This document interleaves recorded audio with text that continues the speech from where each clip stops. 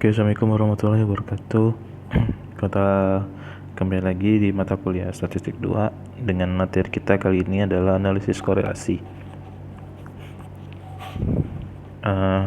Analisis korelasi ini adalah suatu teknik statistika yang digunakan untuk mengukur keeratan hubungan atau korelasi antara dua variabel atau lebih. Dalam analisis korelasi dikenal ada juga dua jenis ya hubungan, yaitu positif dan negatif. Seperti pada grafik ini, di sini ada hubungan negatif ya. Hubungan inflasi dan suku bunga ini merupakan korelasi negatif. Kenapa di sini ada suku bunga dan ada inflasi ya di sebelah kanan bawah? Apabila suku bunganya naik, akan menyebabkan penurunan inflasi ya. Dan begitu pula sebaliknya, apabila inflasinya naik, maka akan menurunkan suku bunga. Itu disebut dengan korelasi negatif. Untuk grafik yang di sebelah kanan, di sini merupakan korelasi positif dari hubungan produksi dan harga minyak goreng. Di sini apabila tingkat produksi naik, maka akan meningkatkan harga minyak goreng.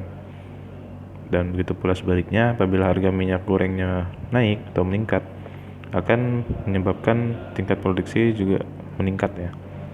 Di sini disebut dengan korelasi positif. Oke, ini ada rumus untuk menentukan koefisien korelasi.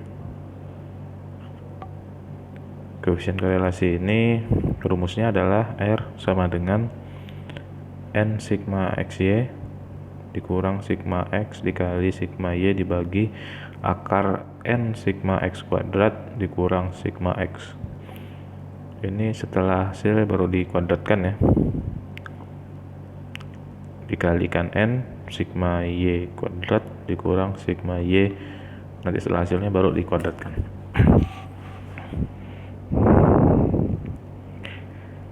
Oke, ini nanti ada penjelasan mengenai korelasi negatif kuat, lemah, sedang, sempurna ya. Di sini ada bentuk hubungannya. Nanti kalau kita dalam pembuatan atau penyusunan skripsi menggunakan alat atau metode SPSS, nanti kita akan menjelaskan suatu asumsi ya, apakah nanti hasil penelitian tersebut merupakan korelasi negatif kuat, sedang, lemah, sempurna nih. Jadi ini ada petanya ya. Jadi nilai 0 ini 0,0 itu tidak ada korelasi. Apabila dia di sebelah kiri minus, merupakan korelasi negatif. Antara 0 range min 0,5 sampai dengan 0 itu merupakan korelasi negatif lemah. Apabila range-nya 0,5 minus 0,5 itu merupakan korelasi negatif sedang. Dan apabila lagi lebih kuat lagi ya, dari minus 0,5 sampai minus 1 itu merupakan korelasi negatif kuat. Dan apabila dia nanti angkanya di minus 1 merupakan korelasi negatif sempurna. Begitupun di sebelah kanan ya, atau di sisi positif, apabila range-nya di antara 0 sampai 0,5 itu merupakan korelasi positif lemah. Dan apabila di angka 0,5 itu merupakan positif sedang. Dan apabila di range 0,5 sampai 1 merupakan korelasi positif kuat.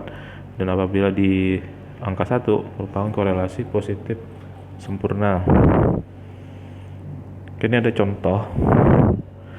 contoh analisis korelasi atas permintaan dipengaruhi harga dan pendapatan dengan data sebagai berikut.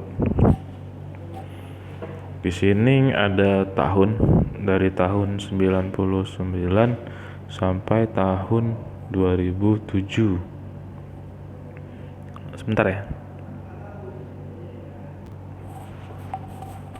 Oke, di sini ada tahun 99 sampai tahun 2007. Di sini ada 9 tahun ya. Dan ada data investasi dan data suku bunga. Oke, kita buat tabel. Kita jadikan variabel Y itu adalah investasi, variabel X adalah suku bunga. Jadi sesuai dengan judul ya, harga pendapatan dengan data. Jadi ada hubungan korelasi dari suku bunga terhadap investasi. Oke, kita masukkan data Y investasi dan kita jumlahkan, dan data X suku bunga kita jumlahkan juga.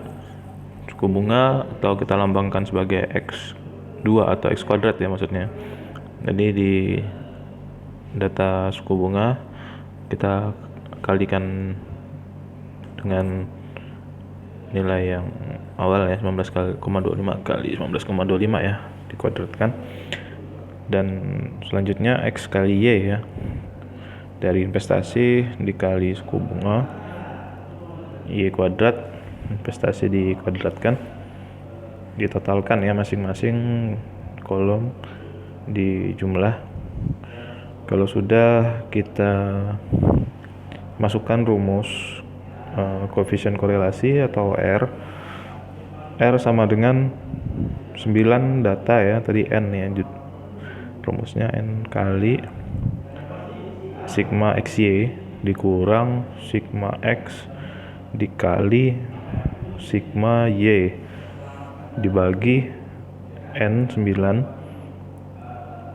kurung buka ya, sigma X kuadrat, ini bukan 478 tapi 4478 ya, dikurang sigma X, nanti hasilnya di kuadrat ya, dikalikan 9 sigma X sigma Y kuadrat dikurang sigma Y, baru nanti hasilnya dikuadratkan. Kita untuk mencari koefisien korelasi ini hasilnya adalah minus 0,412 ya. Oke, setelah kita mengetahui koefisien korelasi, kita akan membahas namanya koefisien determinasi atau dilambangkan sebagai R2. Koefisien determinasi ini kalau dalam regresi linear ini bisa diartikan seberapa besar kemampuan semua variabel bebas ya, variabel independen terhadap varians, dalam menjelaskan semua varians ya, dalam menjelaskan varians dari ke semua variabel independen terhadap variabel bebas. Jadi seperti itu ya. Jadi dalam koefisien korelasi itu, dalam koefisien determinasi adalah bagaimana kemampuan semua variabel independen ya dalam menjelaskan varian dari variabel dependen atau variabel terikat ya. Oke, dalam analisis korelasi juga penting untuk menentukan koefisien determinasi, yaitu bagian dari keragaman total variabel tak bebas ya, kayak tadi ya, atau variabel independen.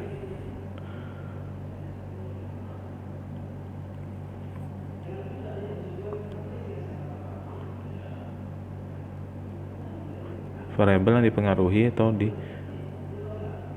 dependen ya, bagian dari keragaman total variabel tak bebas atau terikat ya, variabel dependen Y yang dapat diterangkan atau diperhitungkan oleh keragaman variabel bebas atau variabel independen, variabel X. Oke, ini ada rumus koefisien determinasi. Ini rumusnya hampir sama ya dengan rumus koefisien korelasi. Ini determinasi ya. Jadi koefisien determinasi ini rumusnya hanya dikuadratkan di atas ya.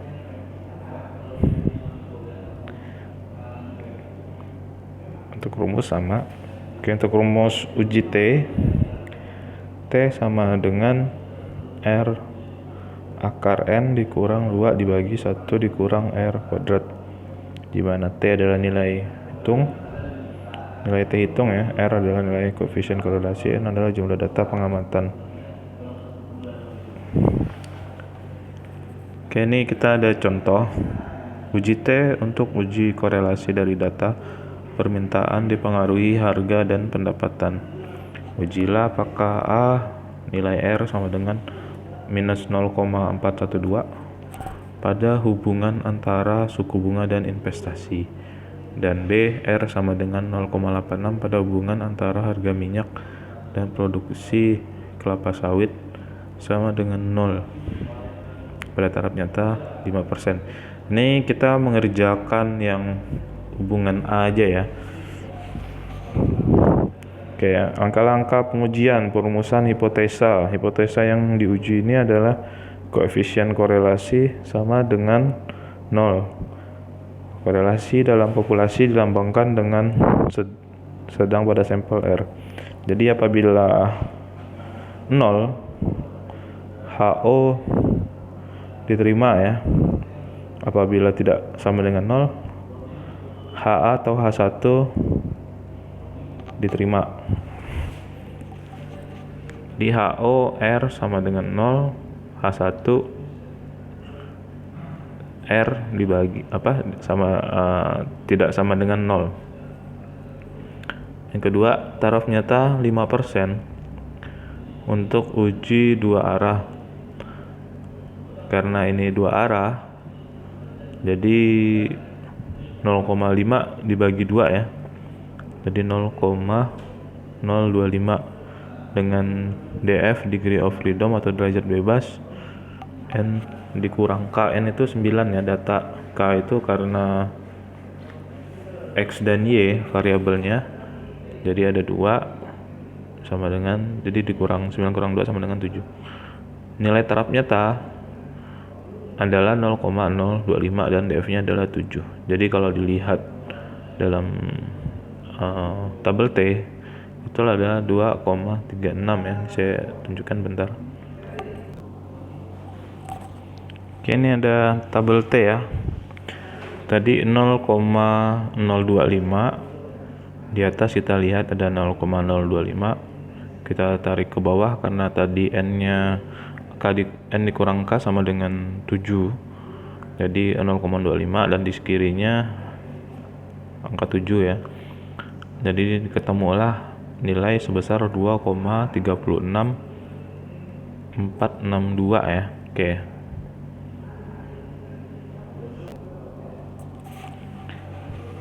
Oke, 2,36 ya. Jadi ingat bahwa N adalah jumlah data pengamatan, itu 9 tadi ya, udah dijelaskan.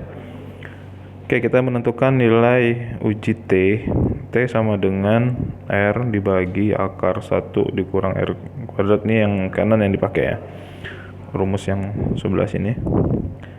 Dibagi akar 1 dikurang R kuadrat dibagi N dikurang 2. Oke, kita masukkan R. R-nya tadi adalah 0,41 ya.